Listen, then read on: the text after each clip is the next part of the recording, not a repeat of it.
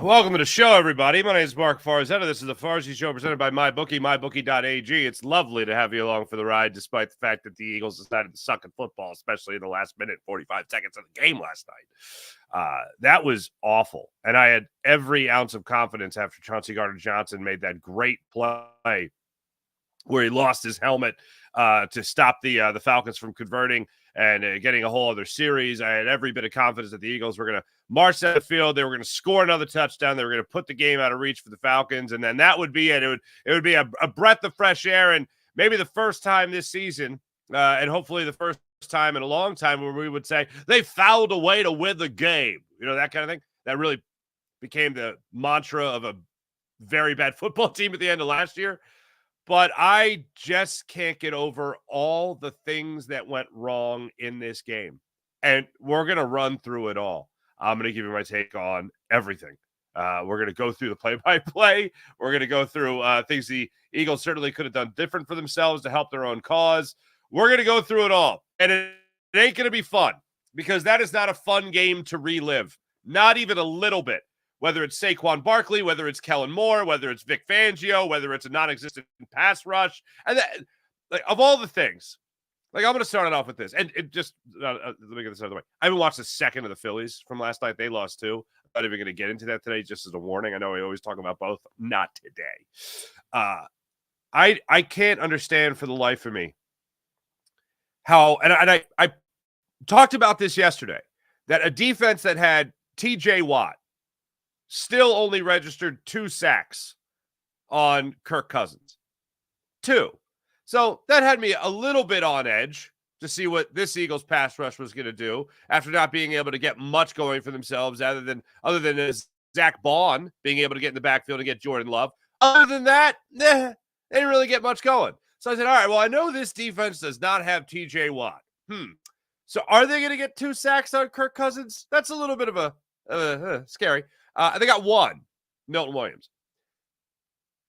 I hate, and I said this on pregame yesterday, sometimes I try to stay away from a prediction just because it makes it seem like you think it's going to happen or you're rooting for it to happen. I was certainly rooting for it to happen, but I did not think in any way, shape, or form that Bryce Huff was going to have some kind of breakout game yesterday. I said, this is the game. Hey, this is the red carpet of opportunity rolled out in front of Bryce Huff. Vic Fangio actually played Bryce Huff 7% more, 7% snap increase from last week to this week. He played 52 snaps, or excuse me, 52% of the snaps, up from 45% last week. Okay, that's what he was up to in this game, and you never know it because he didn't even show up on the stat sheet. Didn't even show up in the box score. The only time I remember seeing Bryce Huff in this game, well, actually, like, do something at all noteworthy that like really caught my eye, other than seeing on a replay, is like, oh, there he is, pushed out of the play. Oh, there he is. Oh, they coughed on him and he fell over. Oh my goodness gracious. The only time was, I want to say it was the second or third Falcons possession in the game, and he goes over there and gets falls down, spins his wheels, and falls down in front of the left tackle. Right tackle. I thought that was okay. That's pretty much how this is going to go today. That's my feeling. I also looked at Nolan Smith, another guy that I'll make a prediction about, but not because I'm thinking it's going to happen, but just because I want it to happen. Didn't see anything from him. Didn't see anything from really anybody. The only 2 people that I really saw something from, it wasn't Jalen Carter, it wasn't Jordan Davis, wasn't Nolan Smith, wasn't Bryce Huff. Josh Sweat at least looked like he wanted to run around the field a little bit yesterday, but that was about it.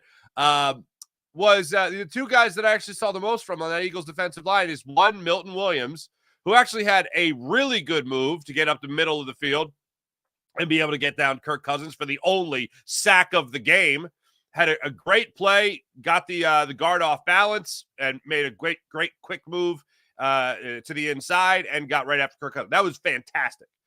And then the only other guy was Thomas Booker the 4th. I want to make sure I have my Roman numerals correct. I believe I do. Thomas Booker the 4th, who was out of football. You know what I'm saying? Finds his way onto the Eagles for training camp, earns himself a roster spot, plays well in the preseason, and then he goes out yesterday, makes a stop at the goal line, gets pressure in the backfield, and actually looked like, oh, look, is that the guy that, oh, no, that's not Jalen Carter. That's Thomas Booker the fourth. Oh, okay. Is that Jordan? Oh, that's not Jordan Davis. That's Thomas Booker the fourth. He and Milton Williams, you're essentially third and fourth string guys, if you want to call it that, on the depth chart, whatever. Those were the guys that were making the biggest impact in yesterday's game. There was one instance where I saw Jordan Davis really do something, and that was when he got his hand up in the air to deflect a pass from Kirk Cousins in the early goings of the game that I was hoping would fall down in the hands of Nakobe Dean, who was in the vicinity, but it wasn't going to make the play. This game was so frustrating from that standpoint because going into it, you knew the assignment. You knew what the target was. The target was Kirk Cousins, who's going to be right around where he's going to be when he takes the snap in shotgun. And could anybody other than Milton Williams actually get to him yesterday? Nope. Now, the other side of that, aside from the pass rush. So is this just going to be it? 150 yards every week on the ground? Is this just going to be? Is that how it's going to go? I really applauded Nick Sirianni earlier in the week for acknowledging Bijan Robinson as a guy that has a lot of skills and a lot of similarities to a guy like Saquon Barkley, for instance. And he said when they were scouting him, and even before they made the trade for Saquon Barkley, they were just scouting Bijan last year. One of the things they were looking at with him was, oh, wow, this guy, he's really quick. Oh, he's really fast. Oh, he can catch. Oh, he can run. He's strong. Okay, so you know how good he was. And he still averaged 7.2 yards per carry in the first half. Holy pots and pans. You just let him go do whatever he wanted in the first half of yesterday's game. Nobody was stopping him. Nobody was plugging holes. Linebackers weren't coming up. I know the stat sheet. Look, the stat sheet might look sexy to some people, but there's just some things that you can look at the stat sheet. And look, I know I just brought it up with Bryce Huff, but when you look at the guys that did, I hate to use the term padding the stats, but we do look at what Nakobe Dean yesterday, 7 tackles, I believe it was. Zach Bond, I think, had 8 tackles yesterday. Like, you look at that stuff and they really did the tackle. Okay, fine.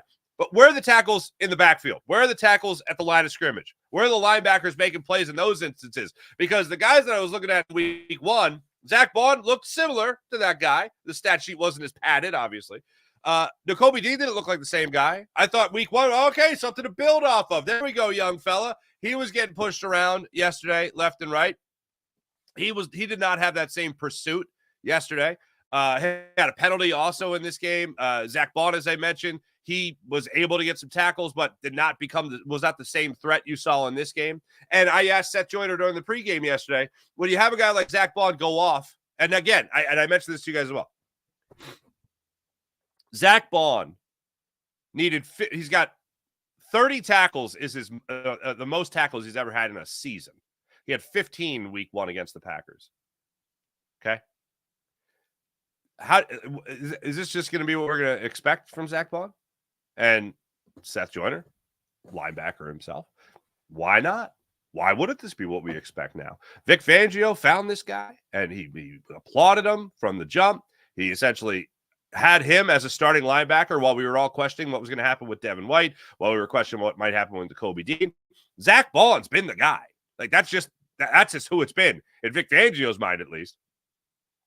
And when you talk about Vic Fangio's phrase of separating yourself, Zach Bond seems to have separated himself from the rest of the pack. So he goes into yesterday's game, and unfortunately, Zach Bond, Nakobe Dean, anybody for the most part on the Eagles' defensive line went out there and just didn't get it done, especially in that first half. The first half for me was all about not stopping the run. Not applying pressure, sure, but they ran the football a lot. It was 10 carries in the first half, if I'm not mistaken, with Zach Bond, or excuse me, with Bijan Robinson, and 72 yards. So, yeah, that's pretty good. The second half for me was all about the passing game and how nobody in the Eagles secondary could do anything to stop Kirk Cousins, especially in that final possession for the Falcons, not including their kneel down after Jalen Hurts' interception. But for me, when I look back on this game, you had an opportunity here to not even be an overly aggressive defense. Like, I didn't expect Vic Fangio to just all of a sudden turn a page and all of a sudden, oh, he's the most aggressive defensive coordinator now because he's facing Kirk Cousins. It would have been a good opportunity to do it. And not just one blitz here from Nakobe Dean, one blitz there from Zach Bond. Like, actually, maybe, possibly send 6. Oh, Kirk Cousins is going to pick you apart. Yeah, not if you're blitzing right up the middle against him and you're in his face, and then he's got to rely on mobility because he looked mighty comfortable. And the play that he perhaps looked most comfortable on was the game winner to Drake London. And I know yesterday, after the game, Darius Slay, when I was addressing the media about the play, I give him a lot of credit. He took all responsibility. Good for him. He didn't make excuses. He said he got caught looking in the backfield. If you take it literally, the only person in the backfield was Kirk Cousins. There was nobody else. It was empty after that. All right. After snap, I think it was Bijan ran into the flat, empty backfield. I don't know. He's looking at Kirk Cousins. I thought maybe he thought he was going to throw the underneath route. To me, just watching the play live without knowing anything that he said afterwards, it just looked like Drake London faked him out of his pants. And then Darius Slay had to go over and pick up his pants, and then he had to go off the field because he just allowed the game-winning touchdown. That's what it looked like to me. When I went back and watched it again after hearing what he said, you definitely see him glancing into the backfield. He also said that what the Falcons had done from what he had seen on film, the film dictated that they were going to run the basically an inside in route and then an outside in route, basically, and like a stacked route there. And they obviously didn't do that. Drake London faked him out of his pants, and that was that. But yeah, the first thing I look at is the first half run defense, second half pass defense. And I know a lot. I went into this game. My prediction was 27-17. The Eagles would win this game. AJ Brown not being in this game matters. I'm not saying it doesn't matter. I think if AJ Brown does play in this game, it's a blowout because he's one of the, as many people said after the game, he's one of the best wide receivers in the league. And he certainly makes up for some mistakes that the Eagles made in this game. For instance, if A.J. Brown has that ball in his hands in the second quarter, I think it was, and not Devontae Smith, I don't think that ball is getting smacked out of his hands at the goal line. I think it's a touchdown. Maybe you have another red zone target in the other failed opportunities you had in the red zone. But for me, A.J. Brown is not dropping those balls. A.J. Brown is coming up with that. Maybe A.J. Brown's getting that ball on the 3rd and 3 before they kick the field goal for their final points of the game. A.J. Brown certainly would have a better odds of holding on to those footballs. I agree, I think. But here's the bottom line. Devontae Smith is still a pretty damn good wide receiver. He needs to come up with that football. Saquon Barkley. If you're telling me you're putting the game in the hands of Saquon Barkley, I feel pretty good about that. Saquon Barkley, to his credit, after dropping that what would have been a game-sealing reception, said that he let the team down. He catches that ball, they win the game, and he's right. I think it's a lot of revisionist history for people that want to say, just keep running the football. You go and you go for it on 3rd and 3 with Saquon Barkley up the middle.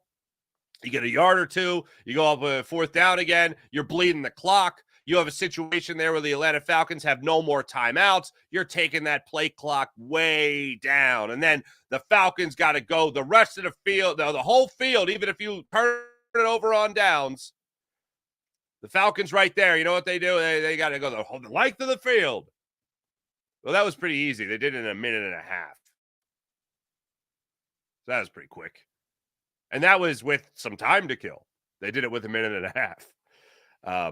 For me, if you're telling me that you're putting the ball or you're giving the ball to Saquon Barkley, even on a pass, I'm feeling pretty good about it. I think it's a lot of revisionist history going on right now. And I know the numbers. I know the Next Gen Stats had the numbers out there. For those that didn't see it, it was at Next Gen Stats. If they kick the field goal, the probability goes from 90, which they did. It drops from 94% win probability to 85% win probability, depending on what analytics department you want to go with or what analytics outlet you want to go with.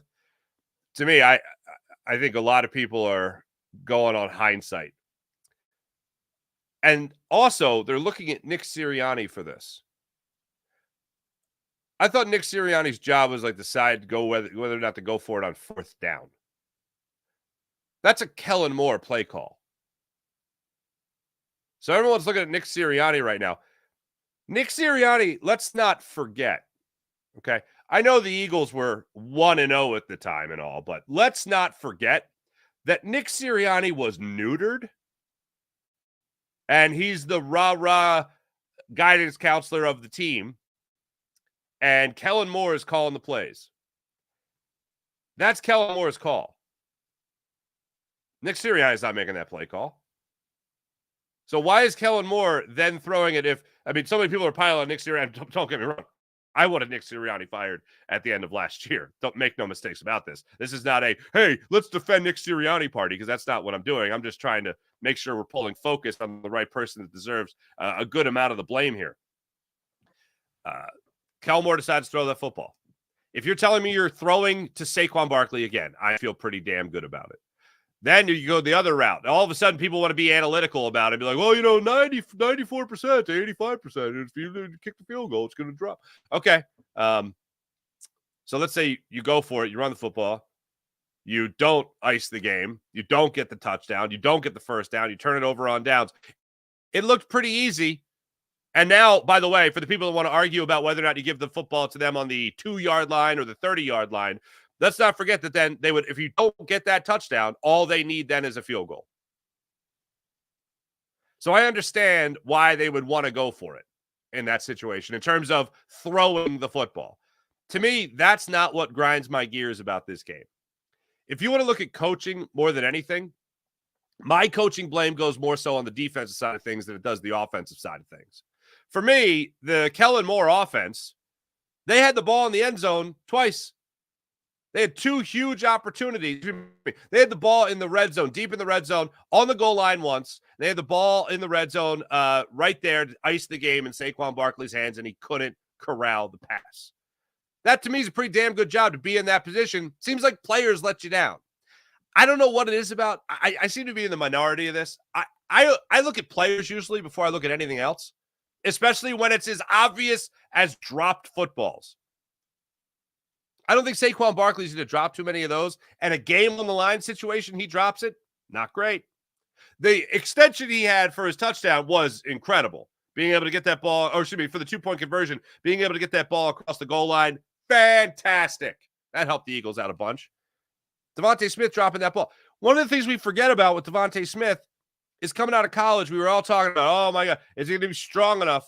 Is he going to be strong enough to hold on to that football? The Slim Reaper of football. Is he going to be strong enough? Is he going to have some man hands and hold on to that football? That was not an example of him holding on to the football. And he's great, and I love him. But that's an example right there where you got to hold on to that football. And he didn't in that situation. If it comes down to coaching, who am I blaming? Who am I more pissed off at? That would be Vic Fangio. More than I'm pissed off at Nick Sirianni, and more than I'm pissed off at Kellen Moore. I thought, my thought after the game was fool's gold. We were sold some fool's gold after week 1 and a little bit of the preseason, even though I try not to really buy into anything I see in the preseason. But hey, more aggressive Vic Fangio. He's sending some linebackers. He's blitzing a little bit. Look at this guy being aggressive. I didn't see that yesterday. I didn't see the guy that I saw in week 1. Where was that guy? And then here's the other thing. When the players weren't getting home and you weren't generating pressure, where was the adjustment? Where was the, okay, this is plan B. Where's the plan C? Where was any of that? You were supposed to have this, and quite frankly, did have this statue sitting back there in the pocket with a big old slab of meat hanging around his neck, and none of your savage predators could get after him.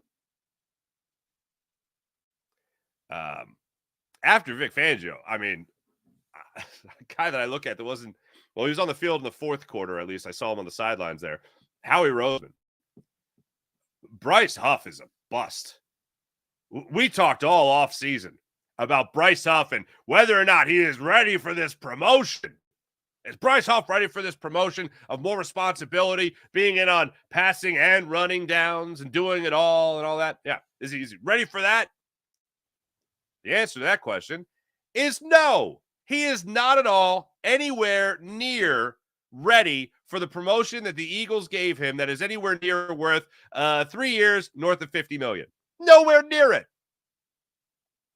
And it was funny. Seth kept on slipping. I kept on slipping, calling, we'll get to Britton Covey as well. I kept on calling him Dylan Covey, who's a Phillies reliever, former Phillies reliever. But anyway, I actually think he started a couple games. But anyway, he kept on calling him Bryce Huff, Josh Huff, which is hilarious because Josh Huff also didn't show up on the Eagles box score yesterday either. So they still have that in common. A couple other odds and ends from yesterday's game. And this is hindsight as well, but if you look at this, Britton Covey,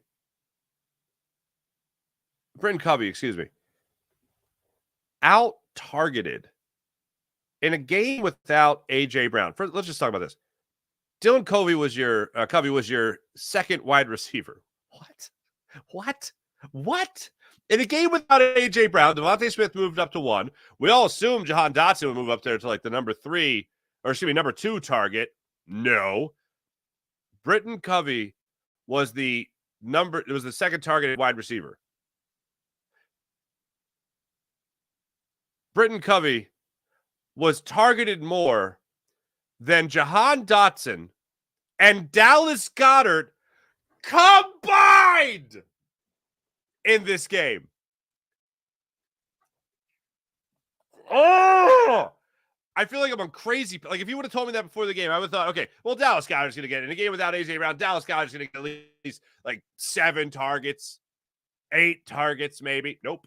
No, I think he had 4. And one of them was in the red zone on a play, by the way, that he was interfered with, but it wasn't called. And the Eagles, and that was actually the 4th down play when they decided to not kick the field goal and go for it. That's on Nick Sirianni. That I will say he made the wrong decision on. You don't know the way the game's going to go. Just take the points, babe. Just take the points. But back to Britton Covey.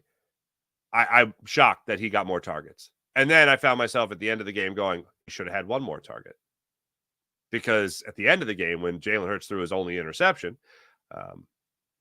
he threw it far too deep down the field. He was looking for Devontae Smith. He had Britton Covey right there to make the reception, decided to air it out. The Jalen Hurts decision-making in that particular instance, I will also call it unwise. We'll get to that.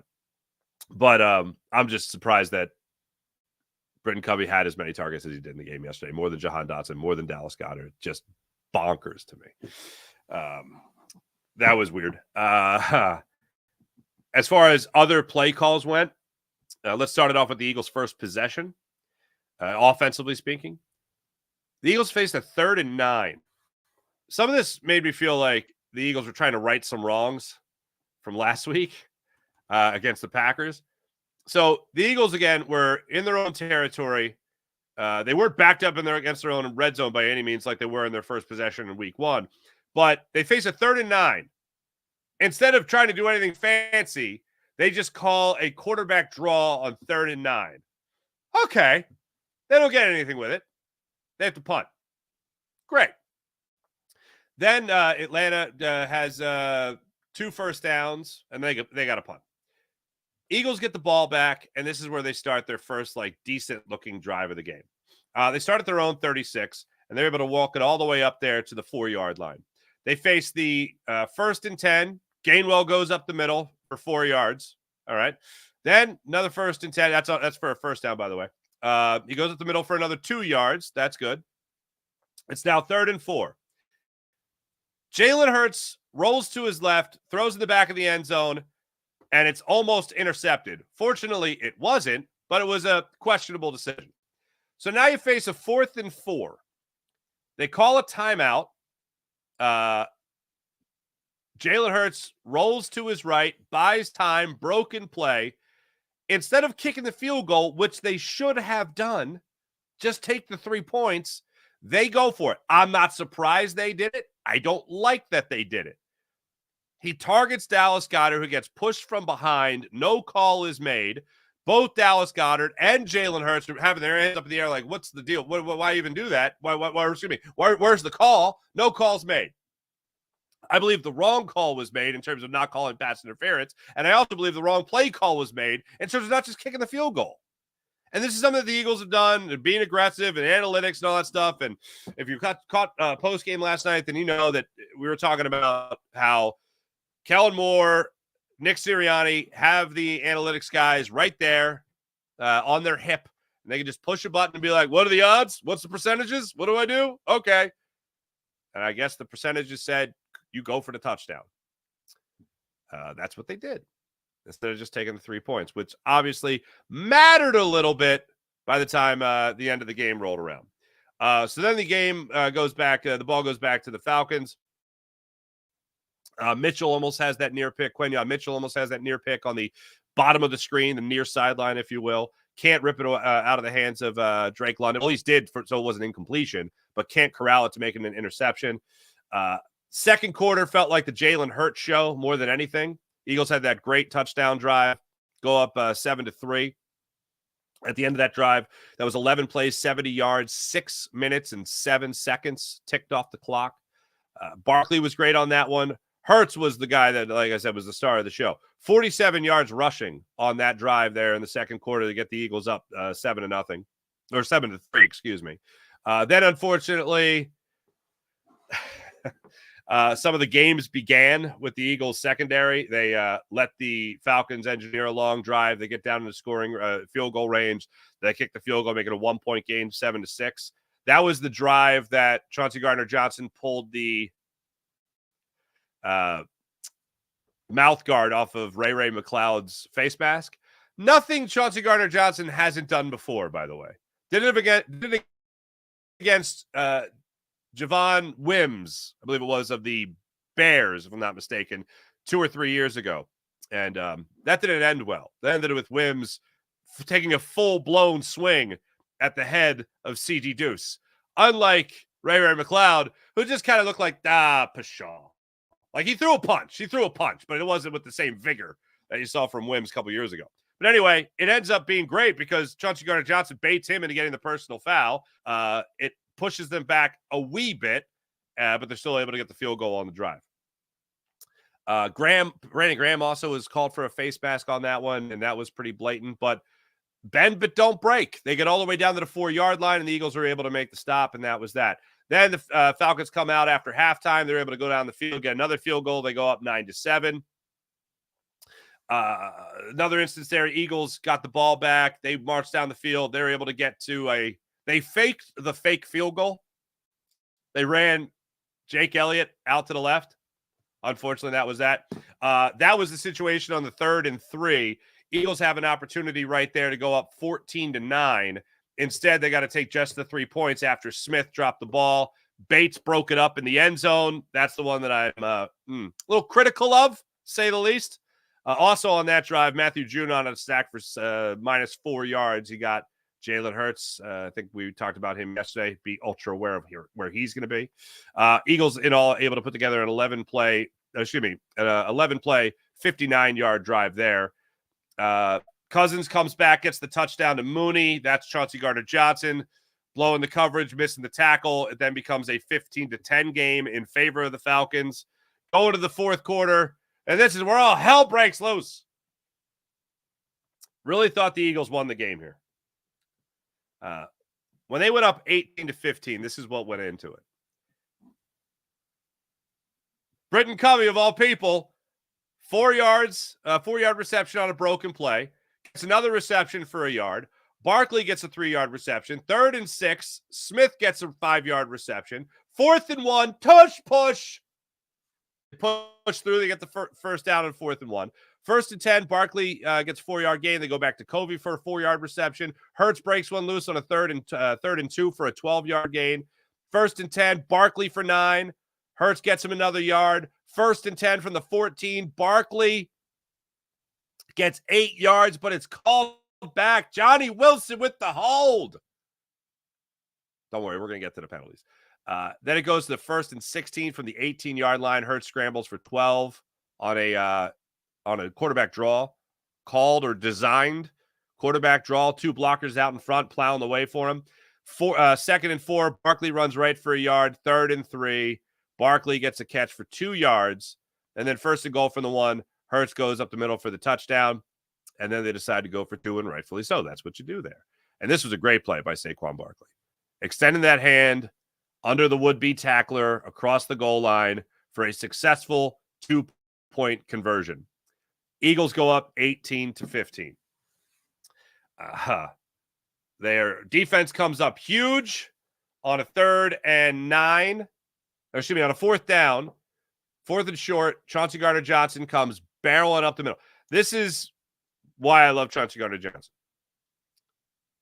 The whole game, you're waiting for somebody to come up with a big play, a big stop. You did get 1 or 2 there from Milton Williams. You got 1 from Milton Williams on the sack. You got at least 3 or 4 from Thomas Booker the 4th. He was pretty damn good in this game. But you're waiting for somebody from the secondary to actually come up and make a play. If it's not going to be a turnover, stuff it. And what do you get from Chauncey Gardner-Johnson? Well, you get Chauncey Gardner-Johnson barreling up the middle of the field, gets to the line of scrimmage, and he absolutely plugs Bijan Robinson. Turnover on downs. Eagles get the ball. Pick it up at the 39-yard line. They immediately don't do themselves any favors with the Landon Dickerson penalty. He got called for a holding penalty, unfortunately. A lot of offensive line penalties. In total, the Eagles, 9 penalties to the Falcons, 3 is the way that worked out. But the Eagles are really trying to ice this game, and it just seems like it gets more and more difficult as the game goes on. It was a 4th and 1. Chauncey Gardner-Johnson makes the hit, loses his helmet. Eagles get the ball back. 1st and 10 at the 39. Holding call on Landon Dickerson. Saquon Barkley gets stuffed. It's now 2nd and 18. They finally remember that Dallas Goedert plays on their team. He gets a 16-yard reception. Then it's a 3rd and 2 situation from the Atlanta 31-yard line. Hurts gets the 1st down throw to Saquon for 4 yards. 1st and 10 from the Atlanta 27 now. Barkley gets stuffed. Next carry, he gets 9 yards. Your 3rd and 1 from the Atlanta 18. You get a penalty on Catavius Street. We hardly knew you here in Philadelphia. He gets the encroachment call. They decline it. Get the 2-minute warning. Atlanta has to burn a timeout. Barkley gets a 4-yard gain on a 1st and 10, sets up the 2nd and 6. Fred Johnson reports as eligible. Barkley gets you 3 more yards, and then there's 2 timeouts burned in that sequence. Atlanta calls their 3rd and final timeout. Eagles call their 1st timeout of the second half. 3rd and 3 from the Atlanta 10. This is where the controversy again comes in. Hurts drops back, hits Saquon Barkley in stride, who drops the ball. I feel like people are only going to be on one side of this or the other. There's no down the middle with this kind of call. You either go, oh, you totally put the ball in Saquon Barkley's hands in that situation. I have no problem with them passing the football. Or you just keep running the football and you milk the clock. That's where you're at. For me, I think a lot of it, again, is revisionist history. You could get stuffed up the middle. I am more expecting the Falcons stuffing Saquon Barkley in the middle of the field than I am Saquon Barkley dropping the ball on the outside. He catches that ball, the game's over.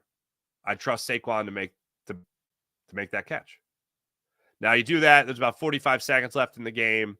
You bleed the clock down to a little bit more than a minute. You kick the field goal, you give them the ball back. Or excuse me, you either you run it again, you run on the 3rd and 3, assuming you don't get it.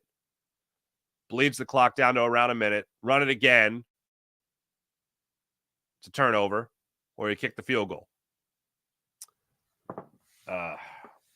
For me, Saquon catches the ball. That's that. Then the thing that really, it was just too damn easy to go down the field on the ensuing possession. Atlanta, of course, gets the ball at the 30-yard line, their own 30-yard line. They need a touchdown.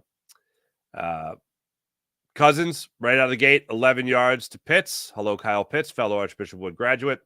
Another 1st and 10 now from the Atlanta 41. Cousins hits Mooney like it was nothing, 21 yards. Then next thing you know, you got a 26-yard gain. Back to Mooney.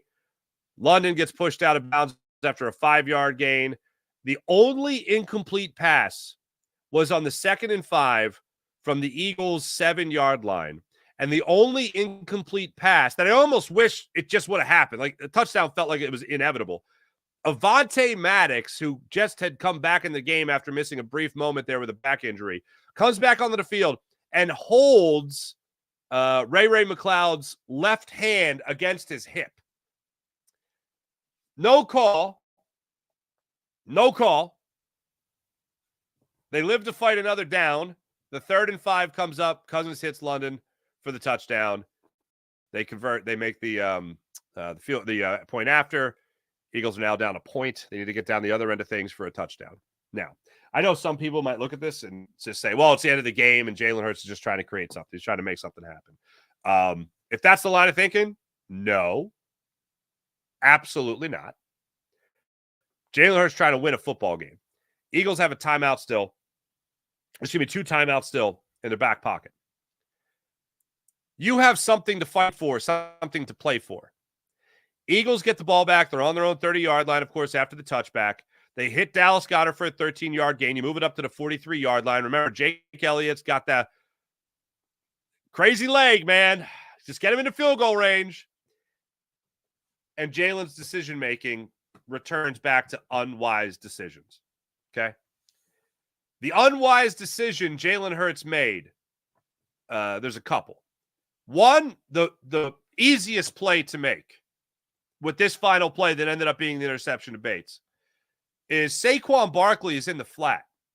Once you see, I think it was Matthew Judon get around the corner, get around the edge, you either spike that ball at Saquon Barkley's feet or you hit Saquon Barkley in the belly, hope he can I think it was a linebacker coming down on the play, hope he can make that guy miss, or he just gets tackled right away, call timeout. Either way, you're still fighting to play. At that point, there'd be about 22 seconds left. That's still plenty of time with one more timeout still remaining that you have to make another play and get downfield. Live to play another day. Maybe you get out of bounds. Maybe you scramble out of bounds. Maybe something like that happens. You get in a field goal range for Jake Elliott, which isn't that difficult to do. And for whatever reason, Jalen Hurts, again, made the worst decision possible. And he just aired it out downfield. Looking for Devontae Smith, who was the deep man, and overlooking Britton Covey, who was the underneath man. And by the way, he hits him in stride. Covey goes right out of bounds. And he stopped the clock, and you still have that timeout in your back pocket. So let's review the options one more time. There was just spike the ball, live to fight another day at the feet of Saquon Barkley, so it's not intentionally grounding. Okay, that's a better decision than, heaving it into triple coverage. Then the other one is put it in the belly of Saquon. All right, I don't like it as much because the clock would run. You would have to use a timeout. All right, do that. Maybe Saquon makes the guy miss. I don't know. Maybe he gets out of bounds and you don't have to. But here's what I know. We will never know what could have happened there. But I do know it's a better decision. Number 3, the best possible decision. Hit Britton Covey in stride, and he just catches it, and he goes out of bounds. You stop the clock. The worst possible decision, throw the deep ball to Devontae Smith, where Bates is just lurking for that football. And what did Jalen Hurts do? He made the worst possible decision. Well, I guess the worst possible decision would just been got the snap and just held the ball and just held it out. That would have probably been worse. That probably would have been the worst decision possible because that gives you no chance. Putting the ball in the air, at least, I don't know, gives you half a chance. I don't know what the analytics are. But in that moment, that was the worst decision he could have made. He got away with one earlier in the red zone. Every quarterback's going to have a moment where, that ball was in peril. The precious pigskin was in peril. It happens. But at the end of the game, when you're trying to make something happen, don't force something that you don't have to force. And that's what he did with 3 better options out there. Not good, Jalen. So that just looks at that play. Again, for me, the number one person I look at in this game is, when it comes to coaching, is Vic Fangio, and how easy it was to slice down that field. Again, 70 yards, 6 plays in 1 minute and 5 seconds. Yeah, that's fun. And then after I look at Vic Fangio and how his defense was running this game, I look at Devontae Smith having the ball knocked out of his hands. I look at Saquon Barkley dropping that ball. I know it's fun for a lot of people just to look at coaches, but I do also look at players. Saquon Barkley was put in the right position to make a play. He didn't make the play. Simple as that. Let me know where you guys are at that in the chat. Here's the bottom line. Eagles lost a game and a great opportunity to improve to 2-0. The Saints look like a pretty damn good football team this year. Not taking that game lightly. Tampa Bay Buccaneers look like they could be a pretty good football team this year. I'm not taking that game lightly, and the Eagles are going on the road after this. After 2 home games, 1 home game, Eagles are going on the road. Big opportunity. I will say all the not drama, but all the festivities that went into yesterday, man, that was fun. From the fans being out there at 5 a.m., roasting pigs, roasting an alligator? What? To Jason Kelsey and the intro to Monday Night Countdown, I believe it was, yeah. Where he knocks on the door and Big Dom answers it, and they hand him a South Philly tuxedo. Let me just tell you this. For my Irish friends, seeing Jason Kelsey wearing an Italian seal on his Italian shield on his jogging suit, South Philly tuxedo, quote unquote, big victory for me last night. Slancha. Nick Foles, the press conference, everything that he did before the game, it was awesome. It was all set up to be a huge party. And the party pooper, unfortunately, was when the Eagles started playing football, especially in that fourth quarter. Let me know where you guys are at in terms of your blame game for this Eagles squad. Oh, wait, I just opened the chat, and this is the first thing I see. Let me just address this. Is Nolan Smith still a steal? I just want to be clear on something, and I'm not saying you're putting words in my mouth. I'm not saying that at all there, Jack Dwight. I've been out on Nolan Smith since, like, before it was cool, okay? Before it was trendy, all right? Now I'm going to start to cheer for Nolan Smith. You know what I mean? I'm going to be like a hipster. Now that it's popular to do it, I'm going to be like, nah, that's not cool. I'm going to start doing the opposite. But, yeah, I said well into this past offseason that Nolan Smith is, if I'm the Eagles, he's not my immediate plans to count on as an impact player for the upcoming season. And Vic Fangio's already identified him, and rightfully so. I think everyone knows at this point. Nolan Smith is just a speed guy. Bryce Huff's just a speed guy. Well, those speed guys are non-existent against the statue, Kirk Cousins. All right. Before I get in the rest of the chat, let me just tell you guys about the great people at MyBookie. MyBookie.ag. Download the MyBookie app to your phone, create an account, use promo code Farzy, and get up to, oh my goodness gracious, get up to $1,000 redeemable cash bonus at MyBookie. MyBookie.ag. How about the incredible Game Time app? Download the Game Time app to your phone, create an account, use promo code Farzy, and get $20 off your first purchase. Want to go to the game? Want to go to the concert? Want to go to the comedy show? Phillies are going to be back in town in about a week. Do you want to go to the last Phillies homestand? The Game Time app is where it's at.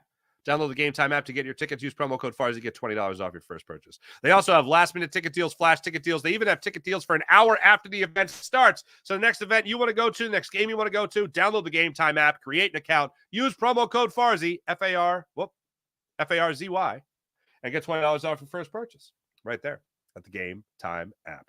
How about PHL Sports Nation, Philadelphia Sports Nation, enhancing your Philadelphia sports fan experience across all social media and blogs. That's PHLSportsNation.com. Let's get into the chat check now officially and see how you guys are doing on a real crappy Tuesday morning. Daniel, hello. IBH, hello. Grim, don't break defense actually broke. Grim, correct. hitting us up on old Twitter there. Mullet, how are you? Cheeriani and not so Cheerio morning. Very true. QB, what's up, QB? Good morning, y'all. Good morning, QB. A lot of the good mornings here. Sean Gillespie, Goat James, so much for having Vic Fangio. I think Seth summed it up really well last night. I love what he had to say. He goes, "This is the Vic Fangio that we were expecting." And it is. Nick Sirianni sucks. Yeah, that's why he was soft fired at the end of last year. QB, he was on a freight train. It was crazy. Lackluster, no excuses. That was ridiculous, even if the Falcons are better than expected, Sean Gillespie. Go Sixers. Sean, new year, same bad decisions. Oh, Katie Brewis, you're in Italy and you got the bad news this morning that the Eagles lost? Where are you in Italy? Bon voyage. Are you on vacation or you live there? Either way, I'm honored to have someone in Italy watching the show. Joe Spags, what's up? Expect for us to get blown out on Sunday. 1 o'clock start time down there in New Orleans. Sirianni, amazingly, the Eagles' arrogance. Remember when everyone thought Jalen was a star? Or Jalen Carter was a star, excuse me. Yeah, that hasn't gone well. C-Love, we getting packed up Sunday, I truly believe. Jack Dwight's back. Maybe Fangio needs to separate himself from the rest. Not impressed.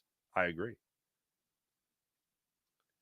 All right. I really see love, not at you, but everyone that apologizes for their opinion. Stop apologizing for your opinion. Don't need to say I'm sorry. There was no quarterback coddling on this show.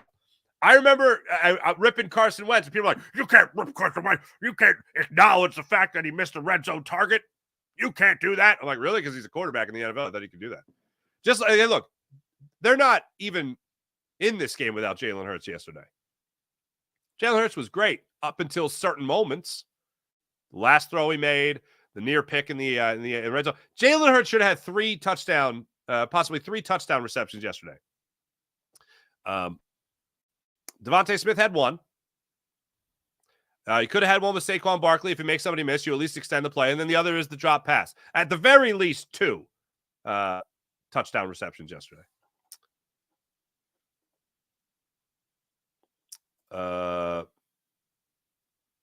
Latoya Smith?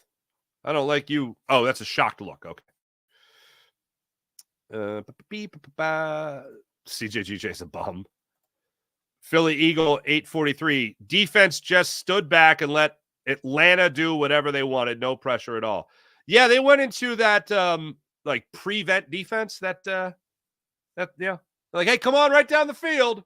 Prevent defense that prevents your team from winning.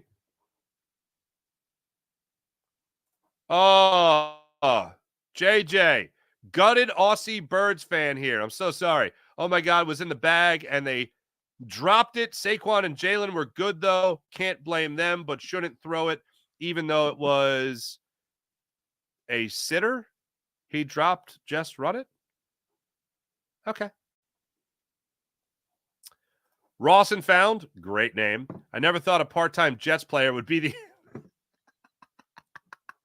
That's the best way to sum that up. This part-time Jets player, he's going to be the guy that's going to be the difference. What are you, insane? Luis Horeta, what's happening? Pinch fourth down in the first quarter. Okay. Thanks, everybody. Bobby Murphy. The Fangio defensive scheme, complete garbage. It's not bend, don't break. It's bend and still break. Robert M., this team blows. Sirianni needs to be fired. He kind of was. Like Nick Sirianni said after the game that he's the head coach. Kellen calls the plays. Kellen's in charge of the offense. Like, it was a subtle jab, but I assume he's still, even if Nick Sirianni is saying go for it on the fourth down in field goal range, in the first quarter, I think it's still Kellen Moore calling the play. And then at the end of the game, Kellen Moore calls the play. 3rd and 4, the rollout to Saquon Barkley in the flat. That's Kellen Moore. That's not Nick Sirianni. Because remember, Nick Sirianni has been stripped of play calling and game planning. Isn't that funny? And he's still here. It's wild.